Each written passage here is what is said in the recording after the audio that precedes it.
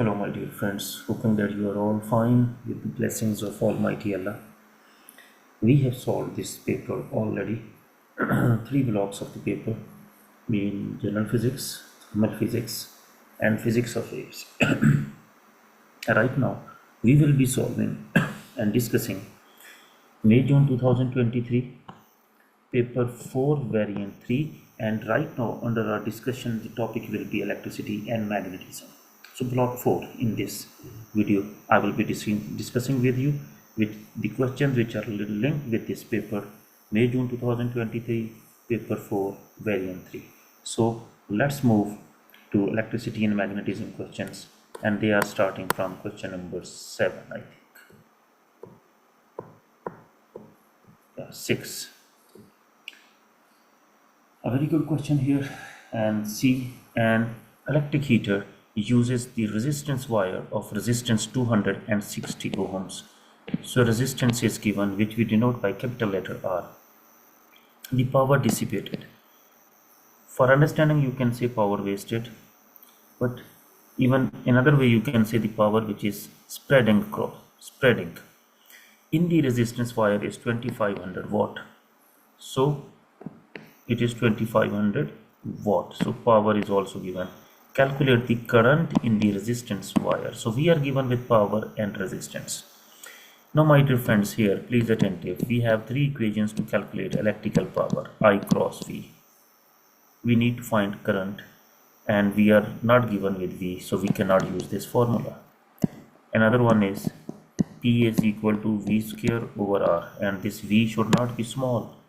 It should be capital always, either for voltage or for its unit volt. So V square over R. Here again voltage is not available, so we cannot use. There is also a third equation, that is P is equal to I square R. Yes, this will work for us. We have power, we have resistance, and we can easily calculate current by making the current as the subject of equation. So now power is equal to I square R. So let's make I square as the subject of equation. It will be power over R, and then we can take square root on both sides. So here this current square will be cancelled by the square root. So current I is equal to P over R root. Power is 2500 over resistance is 26. So the root equal to. Now my dear friends, a simple calculator is with me right now. So 2500 divided by 26, we are getting 96.15, and the square root of this is 9.805. 9.805. We cannot write this much long answer, either 2 or maximum 3 significant figures we can use. So I'm going to write it 9.8, and definitely we are supposed to write ampere. We are supposed to write what? Ampere. So this way we can calculate it. So current is equal to 9.8 amperes. Now the resistance wire of the heater has a length of 1.2 meters. That is the length, let it be L1, and a cross sectional area of this, that is A. So let it be also length. Cross sectional area of the wire is given, and length is given, and the resistance of the wire is, electric heater wire is 26 ohms. A new heater is designed using the wire of the same material. If this previous wire is made up of copper, so this wire is also made up of copper. If the previous wire is made up of nichrome, so this wire is also made up of nichrome. Material is same, but with a length of 1.8 meters. Length is increased, and cross-sectional area of this cross-sectional area is decreased. So now what to do? We know, calculate the resistance of this wire, mean the new wire. What to do? We know that resistance is directly proportional to length. If the length is increased, resistance will also be increased.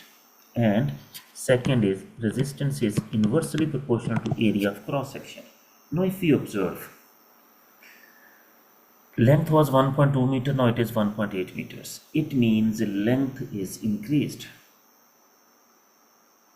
So resistance will be increased. So we will first calculate by what ratio the length is increased. So what I'm going to do, bigger over smaller. So I'm making it 1.8 meters over 1.2 meters. Meter is cancelled with meter. So ratio of the lengths I have taken. So it will be now, my dear friends, coming to be 1.8 divided by 1.5, it is equal to 1.2. So it means resistance is length is increased by 1.2 times.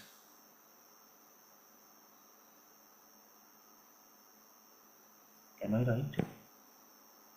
Oh no, here wrong. 1.8 divided by 1.2, so that is equal to 1.5. So it means the resistance is increased by 1.5 times. Length is increased by 1.5 times. So as a resistance is directly proportional to length, so it means the resistance, which is 26 ohm before it was, now it will be increased by 1.5 times. And let me calculate it. For 1.5 times 26, we are getting resistance is equal to 39 ohm. So it is increased. This increase in length is caused by this increase in resistance is caused by the increase in length, because resistance is directly proportional to length. Now let's check out how many times the area is decreased, because area before 7.9 or 5.8. So if I'm taking the ratio of the area, so that is 7.9 times 10 raised to power minus 7 meter square over 5.8 times 10 raised to power minus 7 meter square. Meter square cancel with meter square. 10 raised to power 7 minus 7 with 10 raised to power minus 7. We are left with 7.9 over 5.8. So it is 1.36. So it means the area of cross section of the wire is decreased by this number. 1.36 times it is decreased. And if the area is decreased, it means the resistance will be increased. Resistance is inversely proportional to area. So my dear friends, already resistance is 39 ohms. Now as the area is decreased by 1.36 times, it means resistance will be increased by 1.36 times. So again we need to multiply by 1.36. So let's see approximately what is the answer. So this is already there, 1.3620 like this. So times 39, it is 53.12. So it means simply the resistance is 53 ohms. Resistance is how much? Resistance of the new wire which is being used for the new electric heater, it is 53 ohms. I'm sure it will be clear, but the key concept here was that resistance is directly proportional to length. If the length increases, resistance also what increases, and if the length decreases, resistance also decreases. So resistance is directly proportional to length. As the length increases, the resistance increases, and resistance is inversely proportional to area of cross section. As the area in this case, area has been decreased by what number? Area has been decreased by 1.36 times. So resistance will be increased by 1.36 times. So in this way we can calculate this resistance of the wire of the new heater. 2500 watt heater is, so this is the power in watts. Heater is used in a country where the electricity cost is $0.30 per kilowatt hour. Now this energy, kilowatt hour is the unit of energy. Remember it. Watt is unit of power. Kilowatt, unit of power. Megawatt, unit of power. But kilowatt hour mean unit of power is multiplied with the unit of time. Then it is no more unit of power, it becomes the unit of energy. So kilowatt hour, this is what? This is the unit of energy. and this kilowatt hour is the commercial unit of energy. Commercial unit of energy. So for every kilowatt hour, $0.30 is the cost of electricity. Calculate the cost of the heater using heater continuously for 2 days. If it is 2 days, how many hours? Because time should be an hour. 2 times 24 hours, it means time is 48 hours. Now first of all, we need to calculate energy in kilowatt hour. So my dear friends, energy in kilowatt hour will be equal to power times time. Time will be in hours and power should be in kilowatt. Power should be in what? Kilowatt. Just for understanding, I'm writing it. Otherwise, there is not a big need for this. So energy in kilowatt when the power is in kilowatt and time is in what? Hours.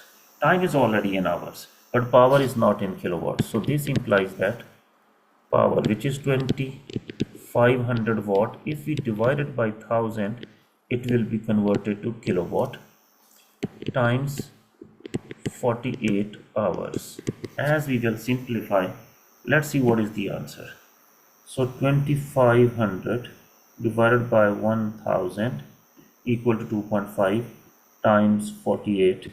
It is 120 kilowatt hours. So the energy consumed in 2 days by that electric heater is 120 kilowatt hour.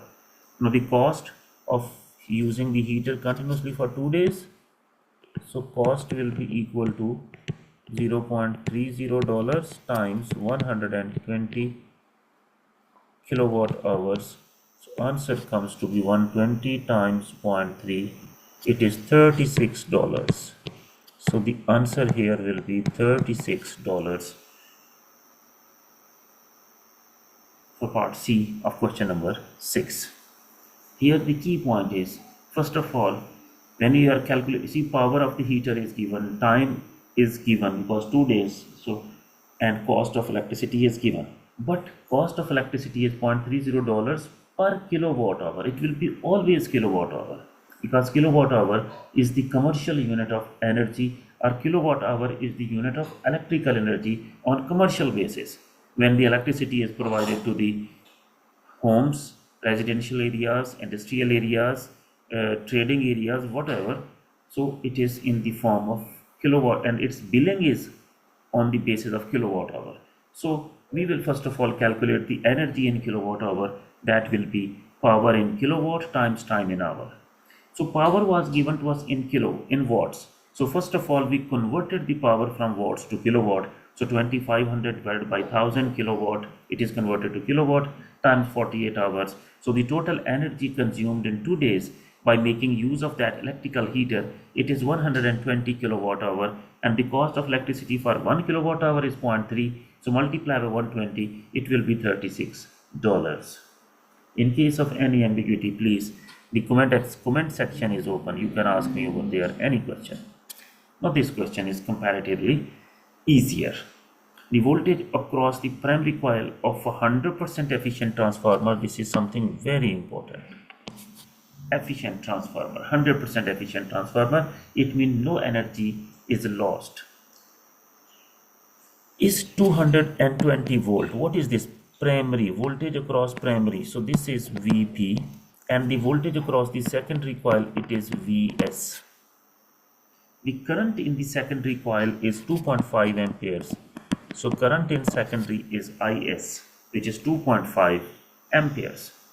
Calculate the current in the primary coil. It means we need to calculate current in primary coil. As today I discussed with you, one of the equations to calculate power is equal to IV. Now as the transformer is 100% efficient, sometime it will be written transformer is 100% efficient, sometime it will be written the voltage across the primary of a coil of a transformer with no energy losses. So in place of 100% efficient, sometimes they are using transformer with no energy losses, same meaning. It means power in the primary coil will be equal to power in the secondary coil. Why? Transformer is 100% efficient, no power is lost. So formula of power, I times V. So to differentiate, IP times VP equal to similarly IS times VS. Let's make IP as the subject of equation. It will be equal to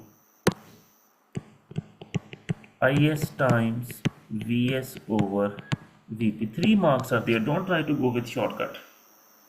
So now IS, current in secondary 2.5. Voltage across secondary, that is 12. And voltage across primary, that is 220 volts. Now let's simplify it. So 2.5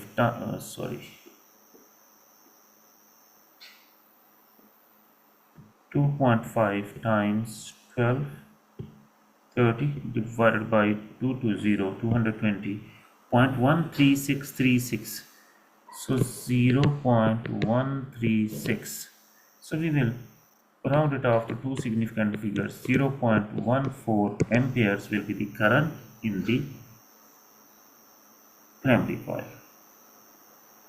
Basically, you can see here, this is a step down transformer because voltage across primary is greater and voltage across secondary coil is less. It is a step down transformer in terms of voltage. See, voltage is decreased from 220 volts to 12 volts, but current is increased because current in primary is 0.14 ampere, whereas current in secondary is 2.5. So current in secondary is more. So that law of conservation of energy is valid in this all working of the transformer, and that is the concept. If we reverse the transformer, it is a step up transformer. Then voltage across the secondary will be more and current will be very less. If the voltage is like in transmission lines, the voltage is stepped up to 100,000 of volts, then current becomes very less. And when the current becomes very less, it means the power losses or energy losses due to current, they are minimized, they are short, they are less. How they are less? Because current produces the heating effect. So if the magnitude of current will be reduced by stepping up the voltage, so the current will be less, so the heating effect of current will be less, and that is also very common and important point, by the way, from examination point of view, especially paper 4 and also to some extent paper 2 MCQs. Now calculate the ratio of the number of turns on the primary coil to the number of turns on the secondary coil of the transformer. So we have VP over VS.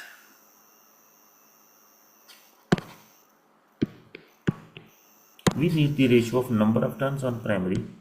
So NP over NS is equal to VP over VS. We have the values of VP, that is 220, and we have the value of VS, that is 12, if I'm not wrong. Yes, that is 12. As we simplify them, we are getting 220 divided by 12. Answer is 18.33. So ratio from primary to secondary, we can say 18:1. Even if you are writing only 18, that will also work, but they asked ratio, so better to write ratio 18:1.